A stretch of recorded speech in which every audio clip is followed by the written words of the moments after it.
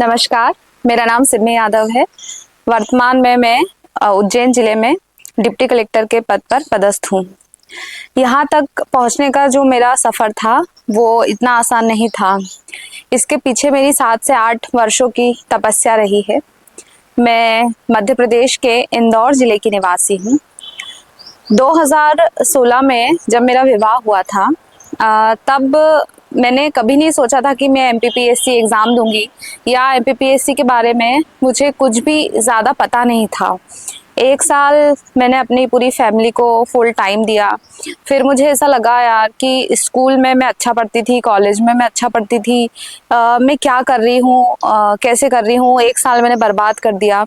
फिर मैंने अपने हस्बैंड से डिस्कस किया कि मेरी एक फ्रेंड है, वो किसी एमपीपीएससी की कोचिंग में जॉब करती थी। तो मैं भी उस समय प्राइवेट जॉब कर रही थी। तो मेरी फ्रेंड ने मुझे कहा कि सिमी एक बार जो है वो तुझे एमपीपीएससी जो है वो ट्राई करना चाहिए। तो फिर मैंने एमपीपीएससी की प्रिपरेशन स्टार्ट की 2017 में। लास्ट जब सितंबर अक्टूबर का मंथ था, तब मैंने जो है वो प्रिपरेशन को अपनी स्टार्ट किया। प्रिपरेशन जब मैंने स्टार्ट की तो पहला ही प्रीलिम्स आ गया 2018 का, और मात्र मेरी 3 से 4 महीने की तैयारी थी और प्रीलिम्स मैंने दिया, लेकिन वो प्रीलिम्स मेरा क्वालिफाई नहीं हुआ। मुझे बहुत कम नंबर आए थे। हालांकि मैंने कोई प्रिपरेशन वगैरह ऐसी कुछ खास की नहीं थी, तो मैं पढ़ाई के प्रति भी उस समय इतनी ज़्यादा सिंसियर नहीं हो पाई थी, सिलेबस पूरा कवर नहीं हो पाया था, तो वो एग्ज़ाम मेरा नहीं निकला, उसका मैंने कोई लोड नहीं लिया था। फिर 2018 में ही एमपीपीएससी में एक असिस्टेंट रजिस्ट्रार सहायक कुल सचिव जो यूनिवर्सिटी में पोस्ट होती है, क्लास 2 पोस्ट होती है, गजेटेड पोस्ट होती है, उसकी प्रिपरेशन मैंने स्टार्ट की। ऑल ओवर एमपी में 29 पोस्ट थी और जनरल कैटेगरी में उसकी केवल 5 पोस्ट थी। तो मैंने उसका फॉर्म फिल किया।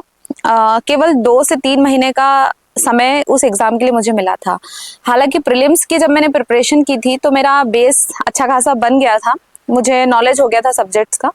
फिर मैंने वो जो 2-3 महीने का जो पीरियड था उसमें अपनी पूरी जी जान लगाकर उस एग्ज़ाम की मैंने तैयारी की।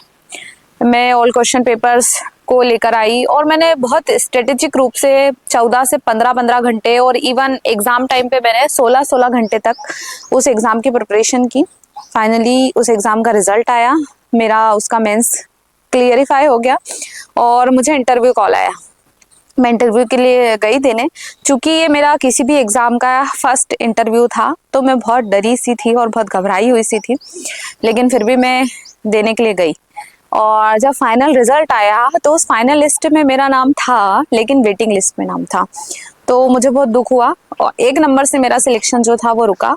और चूँकि पोस्ट इतनी रेपुटेड थी और नंबर ऑफ पोस्ट बहुत कम थी, तो वो मेरा जो वेटिंग था वो कभी क्लियर नहीं हो पाया और फाइनली जो थी मैं उस एग्ज़ाम से बाहर हो गई। मुझे बहुत दुख हुआ, मैं बहुत परेशान भी थी, क्योंकि मैंने जो है वो शादी के बाद ये प्रिपरेशन के बारे में सोचा था। मेरे हस्बैंड का सपोर्ट काफ़ी रहा, बल्कि ये कहूँ कि पूरा उनके सपोर्ट से ही मैंने ये पढ़ाई का जो मार्ग था वो अपनाया था।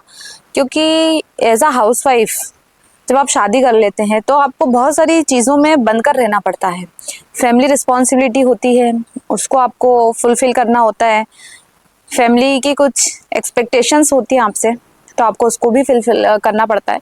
लेकिन अगर एक अच्छा जीवन साथी मिल जाए जो आपको समझे, आपकी काबिलियत को समझे।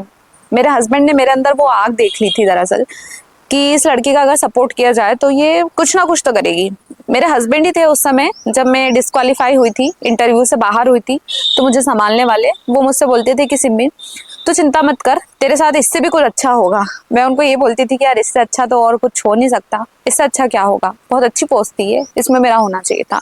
लेकिन फिर उन्होंने मुझे हिम्मत बंधाई, मेरा साथ दिया, उस बुरे वक्त में मुझे संभाला। और फिर मैं अगली जो एमपीपीएससी जो होती है राज्य प्रशासनिक सेवा, उसकी तैयारी में मैं लगी। 2019 का रिजल्ट आया, मैंने प्रीलिम्स दी, लेकिन उसके बाद में कोविड आ गया और पूरे देश में लॉकडाउन लग गया। मेंस एग्ज़ाम बहुत लंबा खिंचाया, बहुत ज़्यादा लंबा। मेरी शादी को उस समय 7 साल हो चुके थे। मुझे ऐसा लग रहा था कि यार मुझे पीएससी को चूज़ करना चाहिए या फिर आगे फैमिली पर ध्यान देना चाहिए, फैमिली प्लानिंग पर ध्यान देना चाहिए। बहुत क्रूशियल समय था। लोग पूछते थे कि सिमी तुम क्या कर रही हो, इतना समय हो गया है, तुम्हारी शादी को इतना समय हो गया है, और तुम कब तक पढ़ोगी, तुम्हारा होगा कि नहीं होगा, किस चीज़ की तुम तैयारी कर रहे हो। तरह तरह की बातें मुझे सुनने को मिलती थी। लेकिन चूंकि हस्बैंड का सपोर्ट था तो मैं इन सब बातों को दरकिनार कर अपनी पढ़ाई करती थी। और फाइनली मैंने पीएससी को चुना, क्योंकि मैं इतनी आगे आ चुकी थी कि अब मैं पीछे मुड़कर देखती तो मेरे लिए काले अंधेरे के अलावा और कुछ भी नहीं था पीछे। तो मैंने पीएससी को चुना क्योंकि मुझे अंदर से विश्वास था कि जितनी मेहनत इस एग्ज़ाम के लिए चाहिए उतनी मैं कर लूँगी, मुझे भरोसा था। और चूंकि एक एग्ज़ाम के मैं इंटरव्यू तक पहुंची थी तो मुझे इतनी बात समझ में आ गई थी कि पढ़ने से सिलेक्शन होता है। हालांकि कुछ कमियां रह गई थी पिछले एग्ज़ाम में, पर मुझे इतना विश्वास हो गया था कि पढ़ने, अगर आप पढ़ेंगे, ईमानदारी के साथ पढ़ेंगे, एक अच्छी स्ट्रेटेजी के साथ अगर आप पढ़ेंगे तो आपके सिलेक्शन से आपको कोई भी नहीं रोक सकता। मैं सफलता से केवल एक कदम दूर थी। फिर फाइनली मेंस हुआ, लेकिन फिर मेंस का रिजल्ट अटक गया।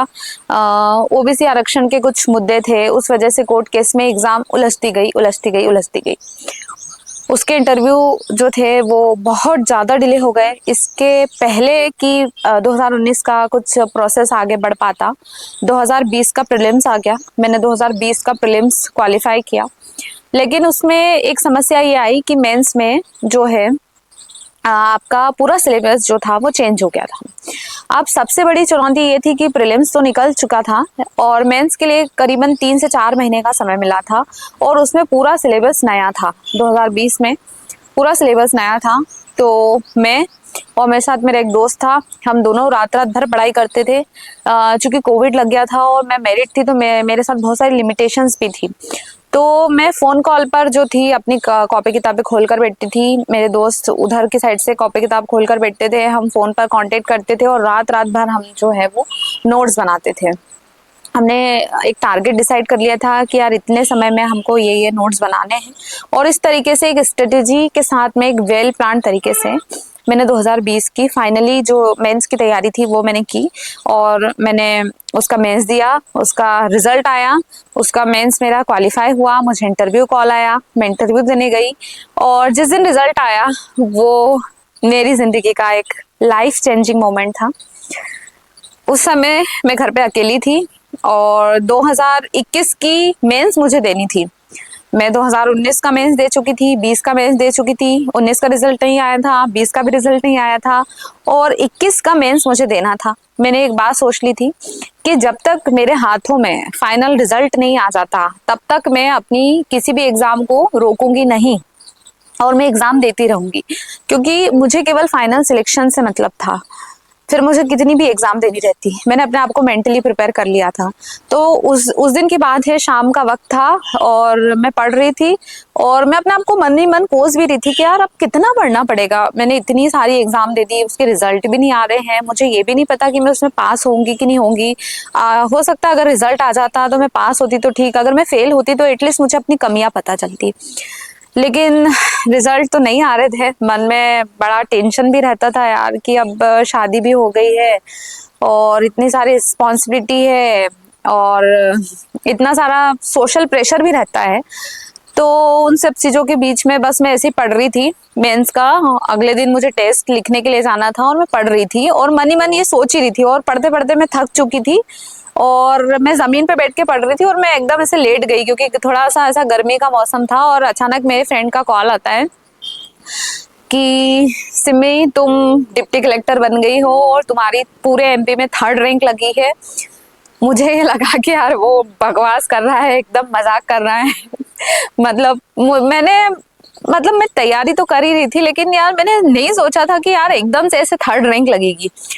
मैंने अपने मोबाइल में फटाफट सोचा कि यार पीएससी की साइट खोल के जल्दी से रिजल्ट देखूं, हो सकता है ये लोग मेरे साथ मजाक कर रहे हों।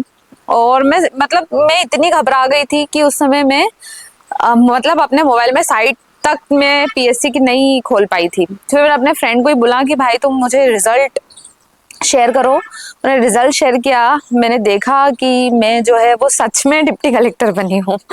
और उस समय मतलब वो जो समय था, उस समय मेरे घर पे कोई भी नहीं था, ना मेरे माता पिता थे, ना मेरे हस्बैंड थे। मेरे हस्बैंड बाहर गए हुए थे, आउट ऑफ सिटी थे, आउट ऑफ स्टेट थे। मैंने उनको सबसे पहले फोन लगाया, वो अपने ऑफिशियल काम में बिजी थे, तो मुझे बोलते कि मैं तेरे से बाद में बात करता हूँ। मैंने बोला, फिर मैंने उनको मैसेज किया, वो बहुत शोर शराबे में थे। फिर उनको कॉल बैक आया, उनकी खुशी का भी ठिकाना नहीं था। मैंने उनको बोला कि मैं डिप्टी कलेक्टर बन गई हूँ, तो उनको बहुत खुश हुआ। मैं बहुत रोई उस दिन अपनी जिंदगी में, मतलब मेरी शादी की विदाई में भी मैं इतना नहीं रोई होंगी जितना मैं उस दिन रोई थी, क्योंकि वो मेरे 7 सालों का संघर्ष था। और एक ऐसा संघर्ष था जिसके बारे में मुझे ये नहीं पता था कि यार मैं सफल होंगी कि नहीं होगी।